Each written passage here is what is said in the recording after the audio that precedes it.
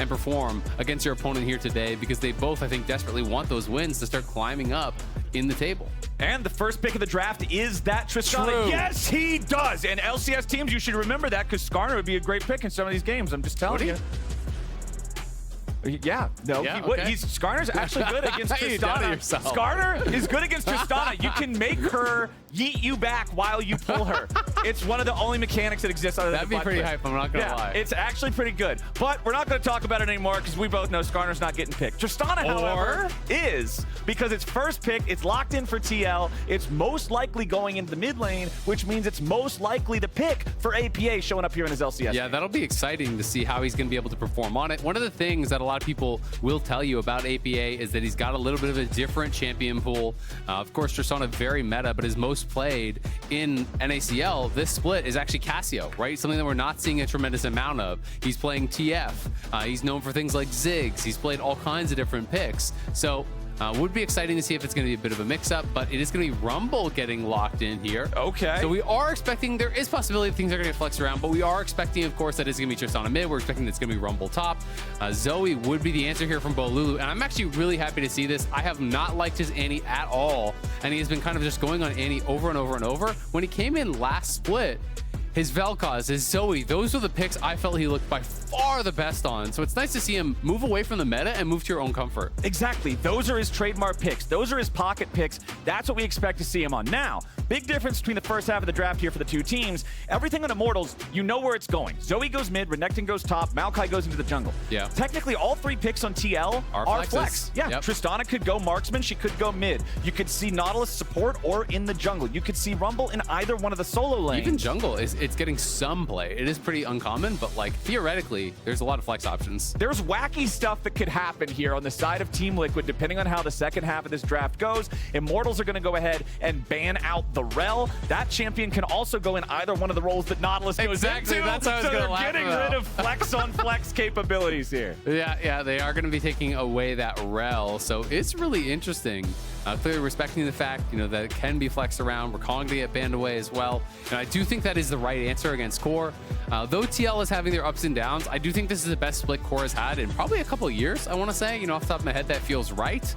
Core, I think, has been on point. His engage has been really good and has been a bright spot for the squad. Their problems have really more been about their cohesion, being on the same page in the mid game. Even when they create massive early game leads, it doesn't always result in the dominating closeout that you want to see from a top team. Yeah, and I like both bans from Immortals here, the Rakan being the second one, because it's not that CoreJJ can't play Enchanters, quite the opposite. I think he plays them very well. He won a world championship in the Ardent Sensor meta. Exactly, but I think that the teams that he's on, the role that he plays in the team, being a communicator, being a shot caller, being the guy who decides this is when we should go, he needs to be the one with his finger on the trigger going for that engage, and the team usually almost always looks better doing it that way. As Ezreal is locked in for Immortals, if you've got Maokai and then Zoe and Ezreal, I'm looking at a poke team with some strong disengage here to keep those cannons protected.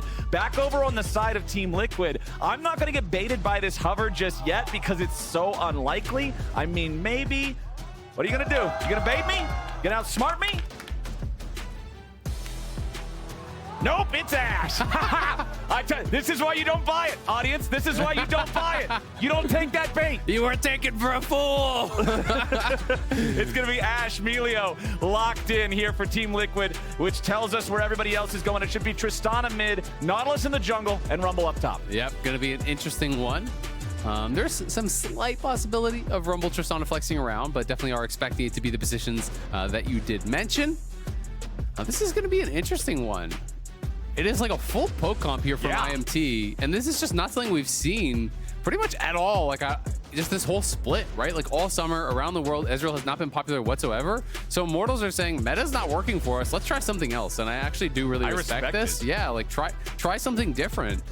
Be able to mix it up a little bit. So it's very heavy on the poke. Being able to kind of make it, I think, a little bit more difficult potentially for some of these carries. I will say though, when you're playing against double marksman, I feel like these poke comps sometimes kind of need to create a lead, because poke stops being much of an issue once people pick up things like the Bloodthirster and they have a lot of that sustain. Right. They're also is, you know, this kind of big tanky Nautilus who's gonna be able to absorb some of that poke. But that being said, Zoe from ahead, sometimes it stops being poke and starts being a ranged assassin, right? So it's like, you can't just lifesteal up when you're in a gray screen. Back in the old school days of the original, I know the bad guy in Far Cry 3 said that insanity is when you do the same thing over and over again, expecting a different result. So if you're constantly Definitely playing originated meta, from the bad guy in Far Cry 3. yeah, the bad guy in Far Cry 3, he was really good. Well-known quote. Yeah, of course. And for Immortals, that's the kind of essence of what they're going for. Hey, playing meta isn't working. We're constantly ramming our heads into this wall, and the wall is harder than our heads. So True. it's time to try to find something different. Or get a harder head. Yes, or a softer Maybe a wall. helmet. True. Yeah, there's Poke options can here. soften up the wall, and then you can just ram your head slam through the wall. it. Okay. Exactly. I get it. I get it. So hopefully this is the recipe for success for them. Yeah, we'll see. I mean, Treatz is going to be going Comet, so it's Comet, Ignite, Karma. They really, I feel like, have to kind of bully this lane for that to be worthwhile. You know, obviously you have multiple options when you are playing with Ezreal. Sometimes it is just about roams. It is about moving around the map. You know, abandoning that Ezreal, getting on a playmaker, that's not Karma. So Karma is generally about pushing that wave. PTA Ezreal is a lot of early game power. So there is potential here to really kind of try to bully that lane if you can connect on the skill shots. But Ezreal Karma lanes are always so high variance, right? If you hit everything, it's so oppressive. If you're not hitting, you are worthless. So that is kind of what you are faced with here on the Immortals side. When you're looking over on the other side, I'm going to direct your eyes to the runes and summoners of Summit, who is playing Ignite and Comet. So he is really looking to slam this lane. Rumble can be very oppressive. You know, when played well, if you time your overheats well, the auto attacks do tremendous amounts of damage. The Ignite can really put it over the edge to the point where you can just sometimes crush people in these all-in scenarios. And as melee champions do know, it is no fun laning against Rumble because you're just going to be getting hit constantly by the Flame Spitter in situations like this. You just walk up to the wave, you S-key, you just have that Flame Spitter roasting him. And Yeon is getting kind of rocked here by these early procs. He already got PTA'd by the Ezreal, and then he got hit by another Q, as APA will jump in for a little trade. Ooh, unfortunately for him, though, just slightly too close to that turret, takes the turret shot that makes that feel a little bit worse. And yeah, I love the fact that you mentioned before the game started, hey, it's Ezreal Karma. There's a huge barrier of execution on it because it's either heaven or hell here with how the poke connects. And early on, it's looking all right for him there in the 2v2, landing some of that poke and trying to take control of the lane. And it's actually kind of rough for APA because he took that turret shot. He already had to use his potion, and he's still at half health. So if he gets hit by one more Q, it's going to get into the spot where you actually need your jungler to come help you to push out the wave. So I'll see if he just does look for an early reset or how he wants to play this out because Bolulu is both higher on health and has more sustain left. He has a potion and a biscuit in inventory. So APA should just base here, I think. You know, look for that early reset. He took a shower shot, no use risking it.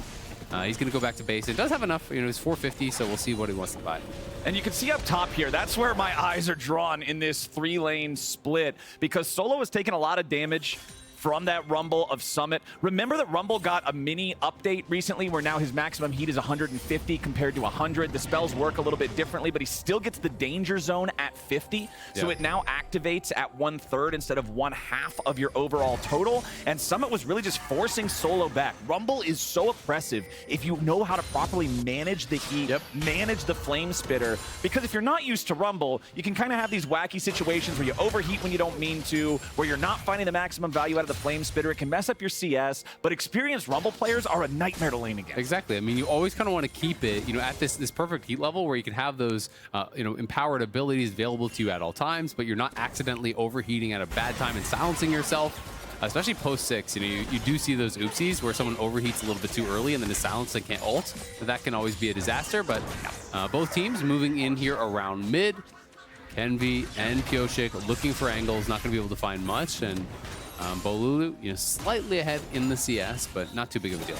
Well, we've talked about everybody really except for the junglers so far in this early game, and I'm going to say the same thing that I said before. Yes, they are both there, indeed, sir. As Pyosik is here in the top lane first, just making sure that Solo does not have any fun in this Renekton matchup. Bottom side, the 2v2 keeps spicy.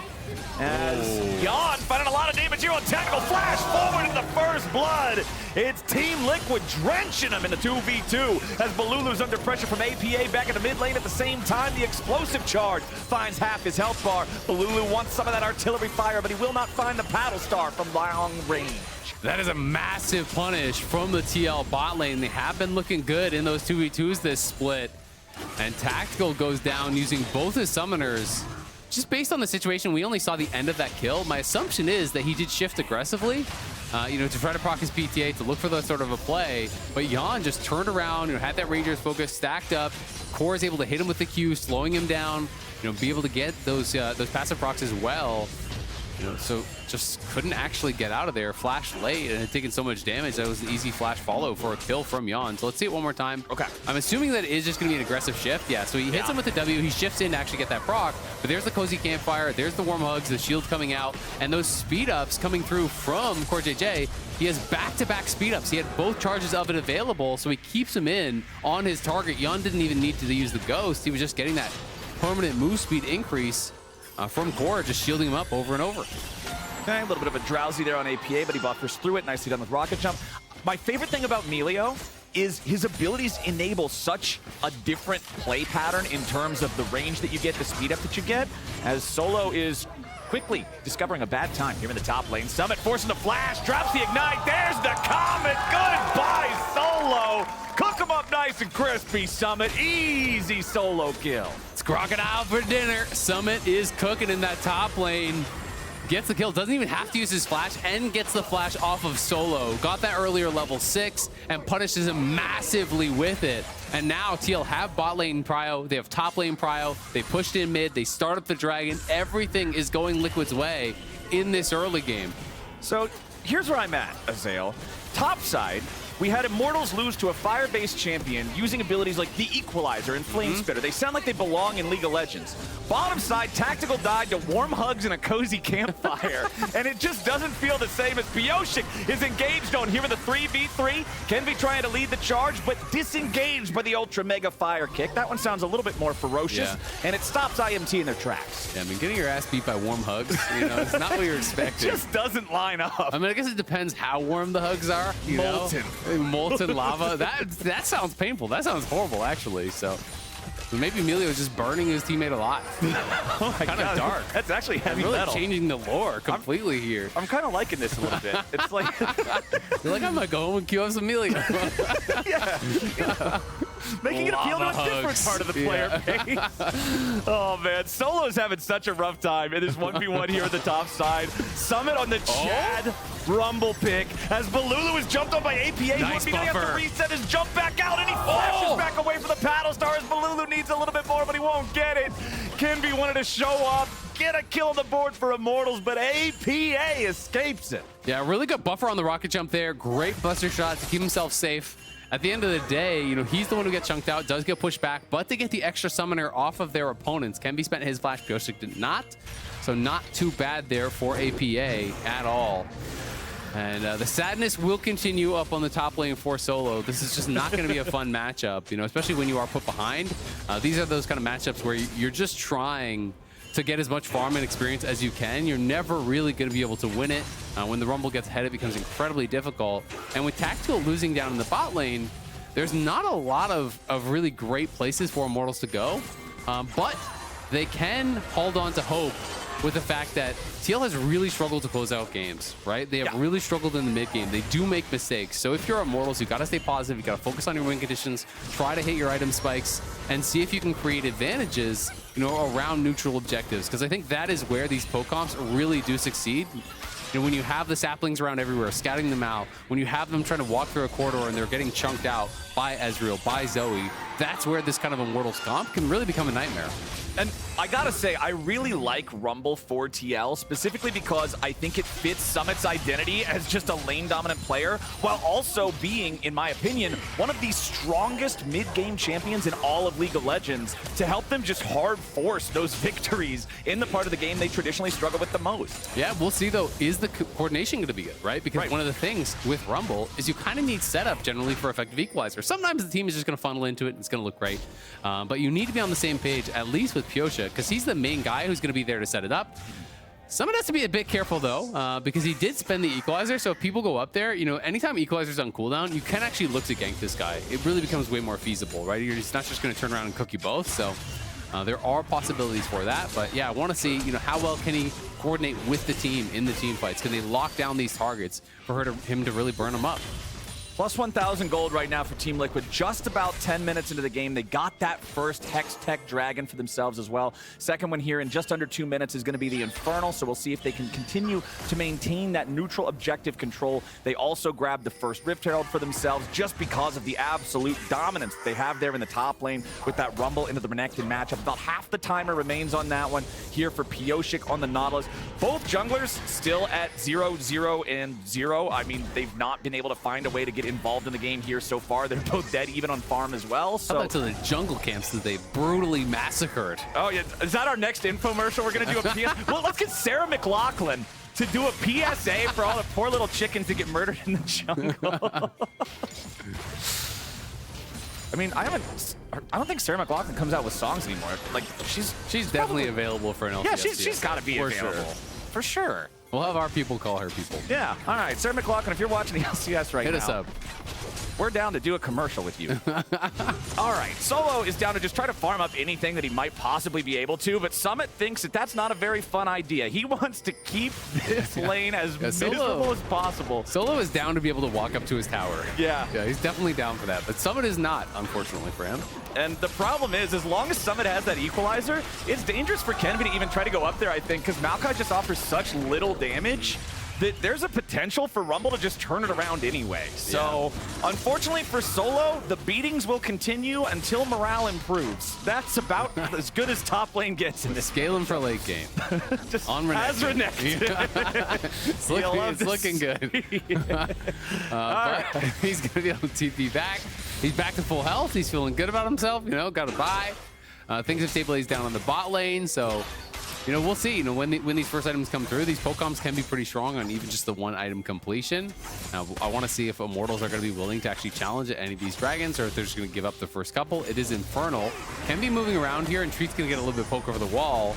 Bolulu also heading down, so it looks like Immortals want to try to get something. Yeah, the Nature's Grass flies out, but there's no damage done during that CC duration, so Immortals not getting much value out of it. But now Team Liquid's ready to find the counter engage here. They want to focus on Kenvi. Over the wall goes APA, and the man got paid. Kenvi's gone. Enemy jungler out of the picture. Why not get even more? Pyosik picks up a second there on the Treatz as Bolulu fires back with a paddle star, but Pyosik won't drop. He shoots out the Sleepy Trouble Bubble, but Bolulu's not going to find the damage he needs just yet. He's chasing after Yeon, who wants to cut it out there with a volley, flashing away for a little bit of extra distance. Bolulu gets him. True shot barrage over the shoulder, won't do anything to follow it up. Pyosik goes for the flash dredge line, but it will not connect. Team Liquid now in further danger. Paddle star not going to find Pyosik, so he walks away from it. The dragon is still alive, and some hero plays from Bolulu salvage something that could have been way worse for Immortals. Well done from Bolulu. That is mastery of a champion, and you just haven't seen him look like this on some of the other picks. You can see the Breath of Life, 2-main cleanse there on APA and Yeon, so core positioning well. It's such an easy answer to the Maokai ultimate that's coming through. Then the Ashe ulti comes out onto Kenvi. Kenvi tries to flash back, but APA is in to finish him off. The Drowsy is there. He gets chunked out by Bolulu, but part of the problem is, look where Tactical is. Look where the rest of the squad is. He was not with them, but as Tactical is getting some poke as they're exiting, and Bolulu has chunked multiple members down, he picks up that stolen flash, and he just has so much confidence here to flash in over the wall, has that Spell Thief damage ticking away onto Yeon, gets another flash as he R's forward, finishes off Yeon, and then is able to use that second stolen flash to escape. So it was a beautiful sequence there from Bolulu, giving a little bit of hope to Immortals in what has been a tough game. The Dragon is still alive, so they could look to try to contest here, but it is still Liquid in a really advantageous position.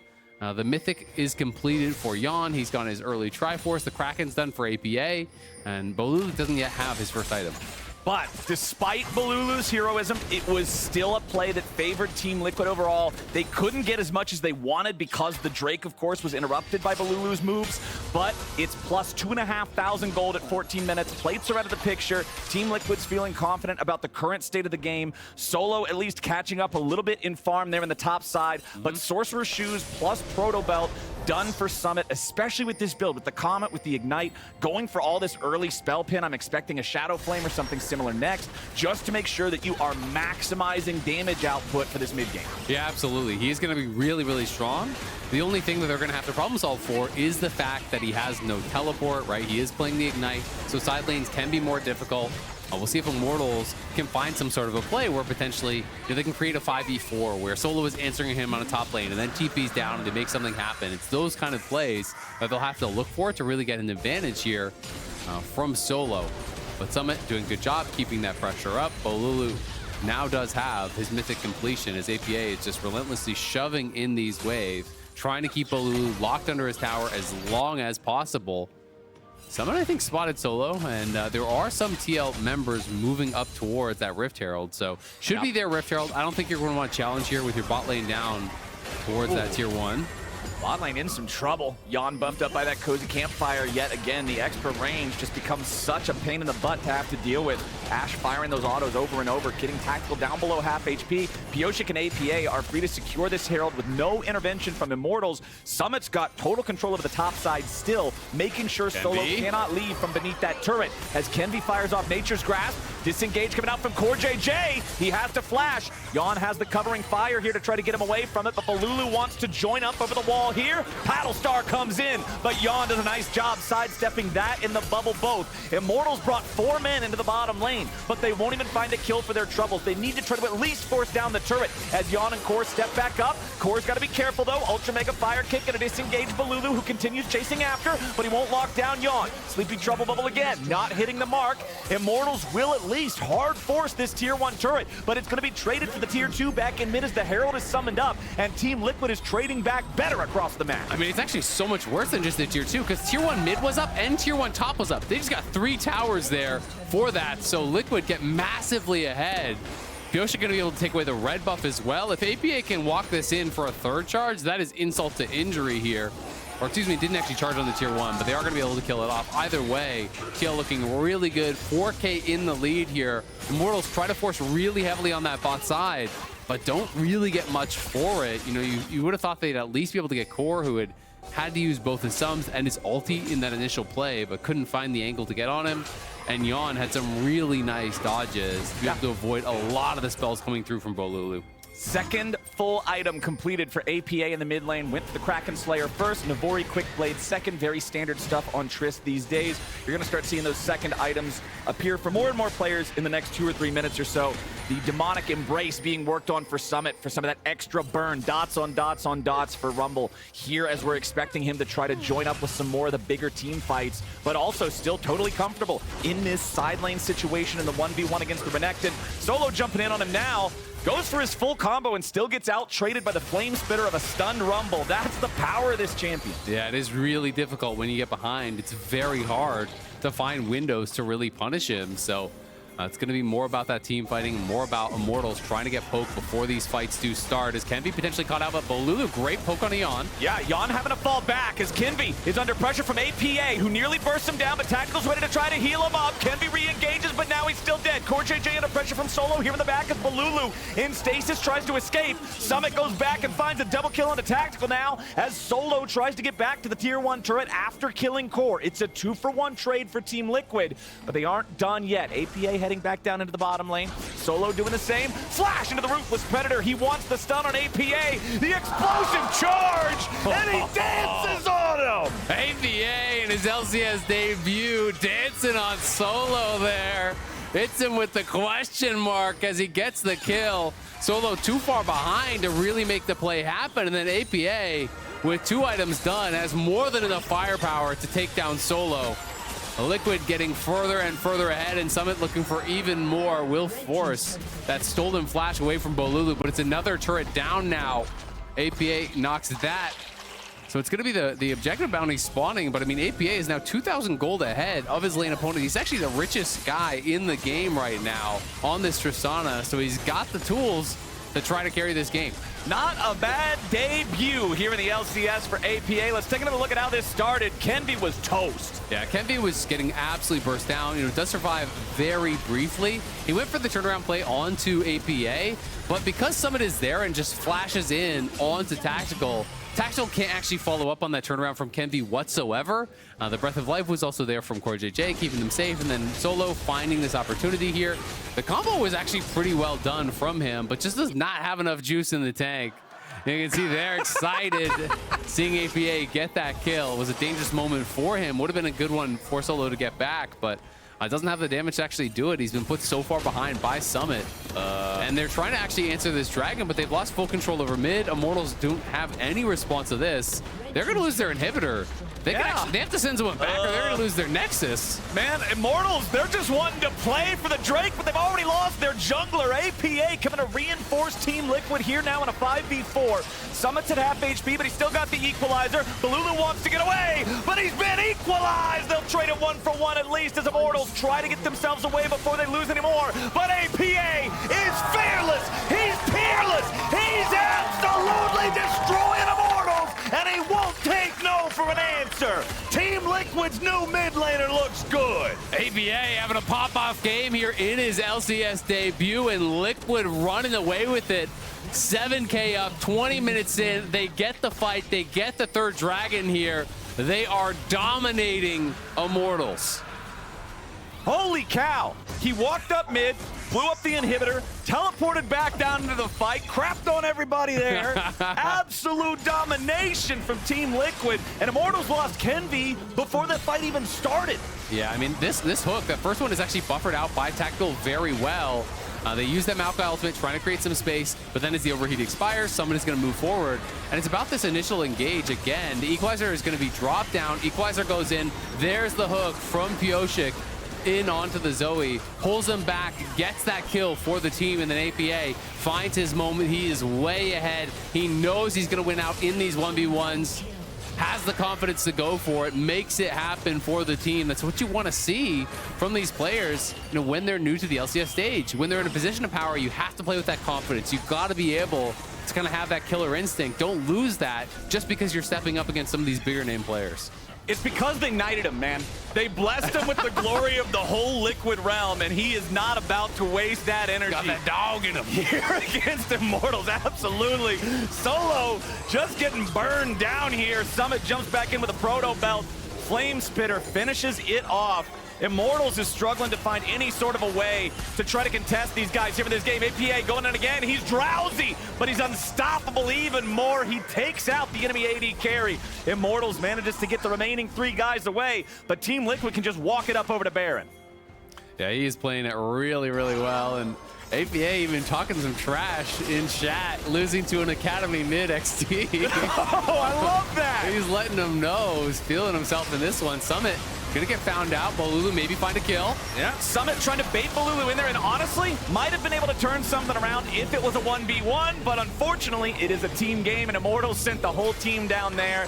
They knew that there was no way they could have stopped the Baron, so the only thing they can possibly go for is maybe get the shutdown on Rumble. Yeah. Still, plus 7.7 thousand gold for Team Liquid. They're gonna have the Baron all the way up until the Ocean Soul will spawn, so if the game even lasts that long, the Rift is set up perfectly for them. I mean, Immortals get something down in the bot lane, but it's not exactly a fair trade. Liquid won the Mega Millions, and they found 20 bucks on a corner, so it's not going to even it out.